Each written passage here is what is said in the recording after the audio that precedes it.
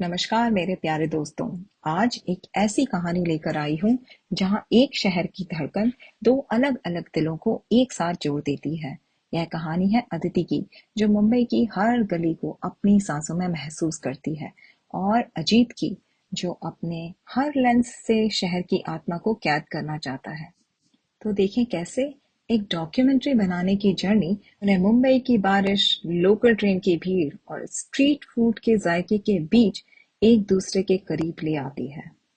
तो आराम से बैठिए और खो जाइए इस मुंबई मेरी जान के सफर में, जहां हर पल एक नई तस्वीर बनाता है। देश की राजधानी दिल्ली से एक नामी प्रतिभाशाली फोटोग्राफर अजीत शर्मा मुंबई आया था। अजीत अपने काम में बड़ा माहिर था। उसकी तस्वीरों में हमेशा एक गहराई और कहानी होती थी। एक बड़े प्रोडक्शन हाउस के लिए उसे मुंबई की जिंदगी पर एक डॉक्यूमेंट्री बनानी थी, द लाइफ ऑफ मुंबई। वह दिल्ली के बड़े शोरूम और कॉर्पोरेट बिल्डिंग्स को शूट करने का आदी था, लेकिन मुंबई की आत्मा को समझना उसके लिए एक चुनौती थी। उसे किसी ऐसे एक इंसान की जरूरत थी जो इस शहर को सिर्फ जानता ही नहीं, बल्कि इसे जीता भी हो। उसे लगता था कि सिर्फ ऊपर ऊपर से शूट करने में काम नहीं चलेगा, उसे शहर की नब्ज को महसूस करना पड़ेगा। और मुंबई में थी एक लड़की, अदिति। खूबसूरत, बेबाक और अपने दिल से जीने वाली। उसे लोग नटोरियस कहते थे, क्योंकि वह कोई बात सीधी कहती ही नहीं थी, लेकिन उसका दिल जैसे सोने का था। अदिति एक पैशनेट टूरिस्ट गाइड थी। वह सिर्फ स्मारकों की जानकारी नहीं देती थी, बल्कि उन्हें पूरी कहानी, उनके इतिहास और अपनी भावनाओं से जोड़ के टूरिस्ट को रियल मीनिंग समझाती थी। उसके लिए मुंबई सिर्फ एक शहर नहीं था, बल्कि उसकी माँ थी, उसका घर था, उसकी जान थी। वह लोकल ट्रेनों की भीड़ से लेकर समुद्र के किनारे हवा तक हर चीज को महसूस करती थी। अजीत अपनी डॉक्यूमेंट्री के लिए रिसर्च कर रहा था। एक दिन वो गेटवे ऑफ इंडिया के पास था जब उसने अदिति को देखा। वह एक ग्रुप को प्राचीन स्मारक के बारे में बता रही थी। उसकी आवाज में इतना जुनून और उसकी बातों में इतनी गहराई थी कि अजीत वहीं रुक गया। अदिति कह रही थी कि यह सिर्फ पत्थर नहीं, यह मुंबई की धड़कन है। यह हर उस सपने को देखता है जो इस शहर में आता है। अजीत को लगा कि उसे अपनी डॉक्यूमेंट्री की सोल मिल गई है। अगले दिन अजीत अदिति से मिलने उसके ऑफिस गया। उसने अदिति को अपनी डॉक्यूमेंट्री के बारे में बताया और उससे मदद मांगी। वो बोला, मुझे एक ऐसे इंसान की जरूरत है जो मुंबई को अंदर से जानता हो, जो इस शहर की आत्मा को पहचानता हो, जो मुझे दिखा सके कि मुंबई दरअसल है क्या। अदिति ने अजीत को ऊपर से नीचे तक देखा। आप दिल्ली से हैं मिस्टर शर्मा? आपने मुंबई को समझा क्या है? यहाँ की भीड़, यहाँ की गर्मी, यहाँ की बारिश, यहाँ की संघर्ष। उसके लहजे में एक चुनौती थी। अजीत ने कहा, इसीलिए तो मैं आपकी मदद चाहता हूँ। मैं इसे अपने लेंस में कैप्चर करना चाहता हूँ। अदिति थोड़ा हिचकिचाई।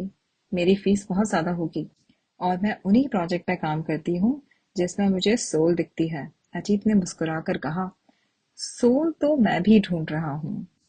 उसने अदिति को अपने पुराने काम दिखाए, जिसमें कहानियां बोलती थीं। अदिति को भी अजीत के काम में एक गहराई दिखी। अंत में वो अजीत के साथ काम करने के लिए तैयार हो गई। अब सिर्फ मैं आपकी गाइड नहीं, बल्कि मैं आपकी बॉस हूँ इस डॉक्यूमेंट्री के लिए। आप वही कैप्चर करेंगे जो मैं कहूंगी। अजीत को अचरज हुआ, लेकिन वो मान गया। वहीं से शुरुआत हुई उनके काम की, जहां एक तरफ अजीत एक पेशेवर दृष्टिकोण रखता था और दूसरी तरफ अतिथि बेबाक और भावनात्मक नजरिया। मुंबई की बारिश, यह एक ऐसी चीज थी जिसने अजीत को पूरी तरह बदल दिया। एक दिन वो मरीन ड्राइव पर शूटिंग कर रहे थे। अचानक जोरदार बारिश शुरू हो गई।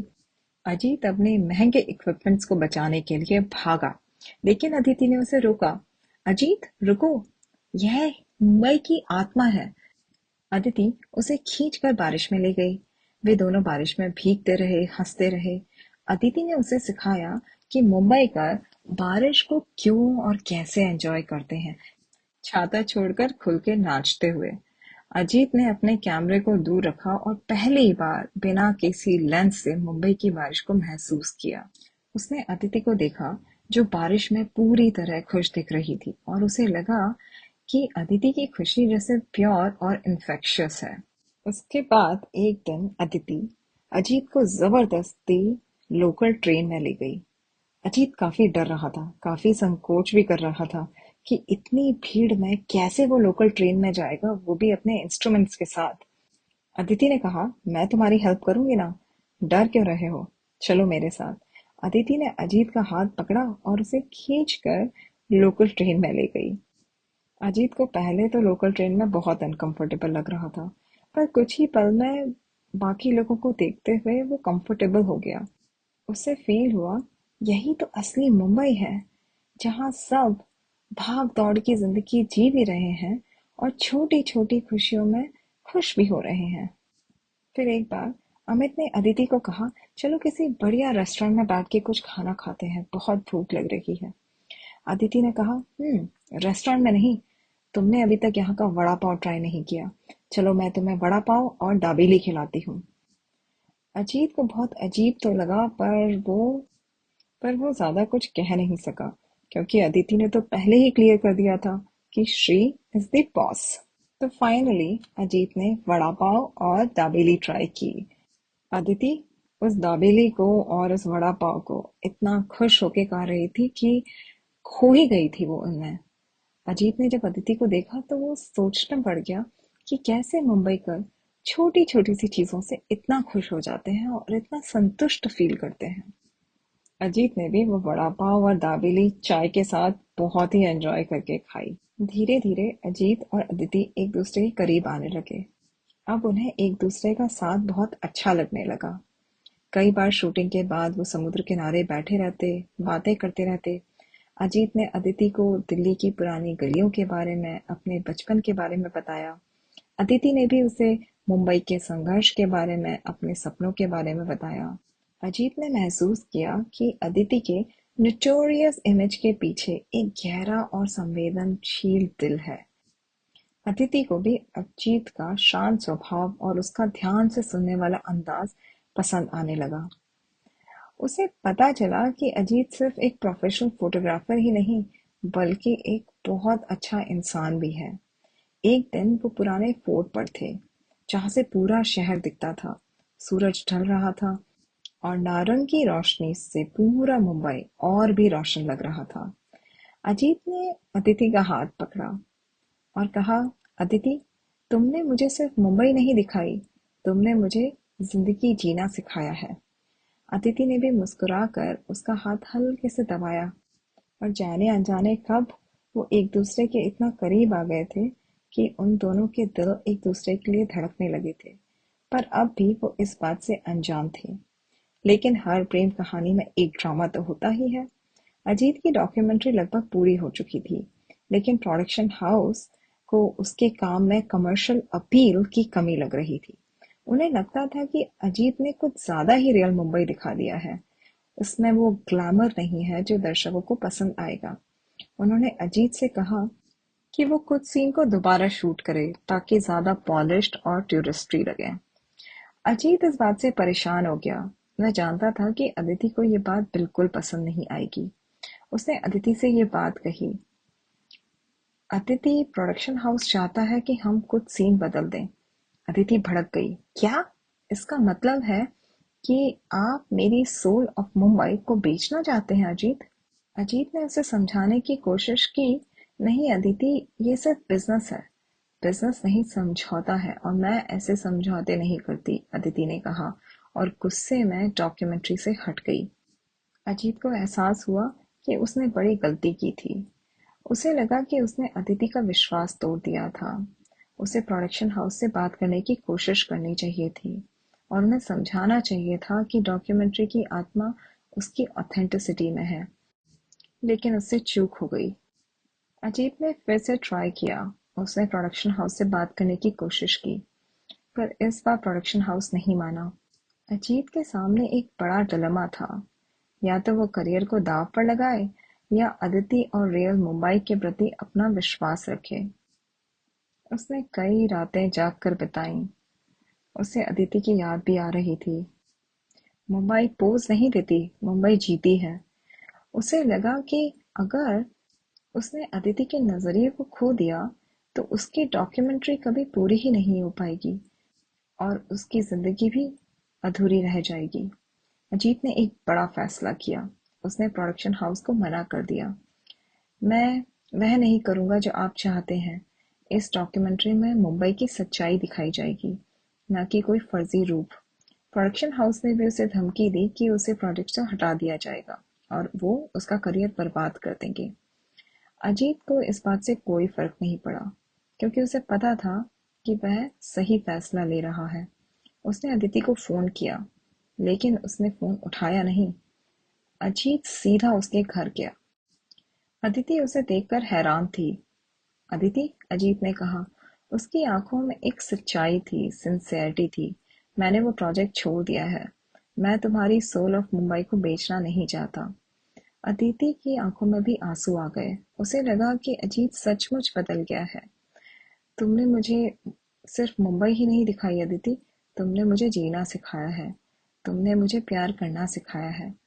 अजीत ने अदिति का हाथ थामा और कहा, मैं तुमसे प्यार करता हूँ अदिति, और तुम्हारे बिना इस डॉक्यूमेंट्री को और मेरी जिंदगी को पूरा करना इम्पॉसिबल है। अदिति ने उसे कस कर गले लगा लिया। मैं भी तुमसे प्यार करती हूँ अजीत। उसे लगा कि अजीत का चार्म अब उसके दिल में हमेशा के लिए बस गया था। उन्होंने साथ मिलकर डॉक्यूमेंट्री पूरी की। उन्होंने उसमें रियल मुंबई के पल जोड़े और खुद ही एक छोटे से प्लेटफॉर्म पे उसे रिलीज किया। डॉक्यूमेंट्री बहुत सफल हुई। लोगों को ट्रू मुंबई दिखा और उन्होंने उस डॉक्यूमेंट्री को बहुत सराहा। अजीत का करियर खत्म नहीं, बल्कि अब एक नए रूप में और नई चमक के साथ शुरू हो गया था। कुछ समय बाद अदिति और अजीत ने शादी कर ली। उनकी शादी मुंबई की एक पुरानी बिल्डिंग की छत पर हुई, जहां से उन्हें पूरा शहर दिखता था। अदिति अब भी एक गाइड थी और अजीत अब भी एक फोटोग्राफर था, लेकिन अब वो एक साथ मुंबई की आत्मा को कैप्चर करते थे और अपनी प्रेम कहानी को भी जीते थे। उनका घर मुंबई के लोकल ट्रेन की तरह हमेशा लाइवली और क्योटिक था, लेकिन प्यार और हंसी से भरा हुआ था। तो ये कहानी हमें बताती है कि प्यार अक्सर उन ऐसे रास्तों पे मिलता है जहां हम उम्मीद नहीं करते। यह थी अदिति और अजीत की दिल को छू लेने वाली प्रेम कहानी, मुंबई मेरी जान। यह सिखाती है कि जीवन में अपने जुनून को कभी नहीं छोड़ना चाहिए और कैसे सच्चा प्यार किसी भी शहर की धड़कन को समझने और जीने में मदद करता है। कैसे एक प्रोफेशनल फोटोग्राफर का दिल एक बेबाक टूरिस्ट गाइड के लिए धड़क सकता है। अदिति की निडरता और अजीत की ईमानदारी ने मिलकर जो कमाल किया, वो बताता है कि प्यार हर मुश्किल को पार कर जाता है और हमें अपने सबसे अच्छे रूप में आने में मदद करता है। उम्मीद है कि इस कहानी ने आपके दिल को भी छुआ होगा और आपको शहर के जुनून और प्यार की इस अद्भुत यात्रा में विश्वास दिलाया होगा। अगर आपको यह कहानी पसंद आई तो कृपया इस वीडियो को लाइक कीजिए, अपने दोस्तों और परिवार के साथ शेयर कीजिए और हमारे चैनल दिल की कहानियों को सब्सक्राइब करना ना भूलें, ताकि आप ऐसे ही और दिल को छू लेने वाली कहानियां सुन सकें। अगली कहानी तक अपने और अपनों का ध्यान रखिए। धन्यवाद।